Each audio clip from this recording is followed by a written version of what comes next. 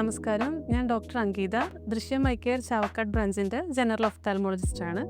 നമ്മളിന്ന് സംസാരിക്കാൻ പോകുന്നത് അലർജിക് കൺജങ്ക്റ്റിവിറ്റിസ് എന്ന ഒരു കോമൺ ഡിസീസിനെ പറ്റിയിട്ടാണ്.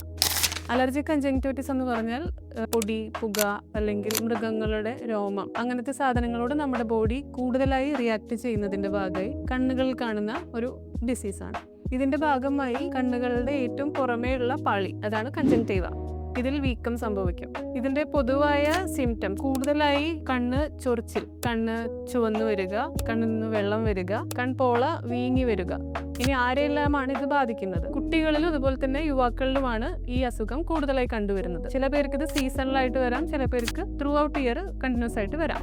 ഇനി നമുക്ക് ട്രീറ്റ്മെന്റ് ഓപ്ഷൻസിലേക്ക് പോകാം. ആദ്യമായി ചെയ്യേണ്ടത് അലർജി ഉണ്ടാക്കുന്ന അലർജനെ അവോയ്ഡ് ചെയ്യുക എന്നുള്ളതാണ്. അതിപ്പോൾ പുകയാവാം, പൊടിയാവാം, അല്ലെങ്കിൽ വീട്ടിൽ വളർത്തുന്ന പെറ്റ്സ് ആയിരിക്കാം. അവയിൽ നിന്നും ഒഴിഞ്ഞു നിൽക്കേണ്ടത് ആണ് മെയിനായിട്ട് ചെയ്യേണ്ടത്.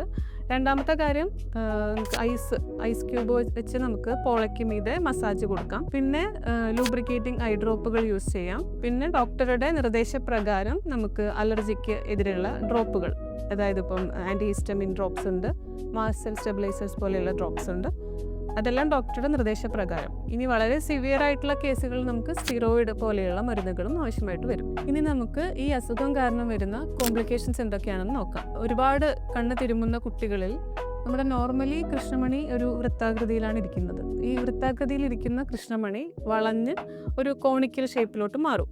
ഈ കണ്ടീഷനെയാണ് നമ്മൾ കെരട്ടോകോണസ് എന്ന് പറയുന്നത്. കെരട്ടോകോണസ് എന്ന് പറഞ്ഞാൽ കോണിക്കൽ കോർണിയ. കൂടുതലായും ഇങ്ങനെ അലർജിക് കൺജങ്ക്റ്റിവിറ്റീസ് ഉള്ള കുട്ടികൾ വരുമ്പോൾ അവർ കാഴ്ച കുറയുന്നതായിട്ട് പറയും. അതുപോലെ തന്നെ ലൈറ്റിന് ചുറ്റും ഒരു ഹാലോ വരുന്ന പോലെയൊക്കെ പറയാറുണ്ട്.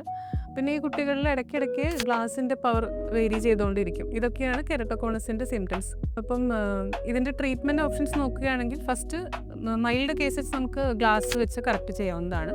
കുറച്ചുകൂടി സിവിയർ ആകുമ്പോൾ കോൺടാക്ട് ലെൻസസ് യൂസ് ചെയ്യാം. അതിലും സിവിയർ ആകുമ്പോൾ നമുക്ക് C3R അതുപോലെയുള്ള ട്രീറ്റ്മെൻറ്റ് ഓപ്ഷൻസിലോട്ട് പോകേണ്ടി വരും. ഇതൊരു ലേസർ ഓപ്ഷനാണ്. പിന്നീട് വളരെ സിവിയർ ആണെങ്കിൽ നമുക്ക് കോർണിയ ട്രാൻസ്പ്ലാന്റേഷൻ പോലെയുള്ള ട്രീറ്റ്മെൻറ്റുകൾ വരേക്കും പോകേണ്ടതായിട്ട് വരും.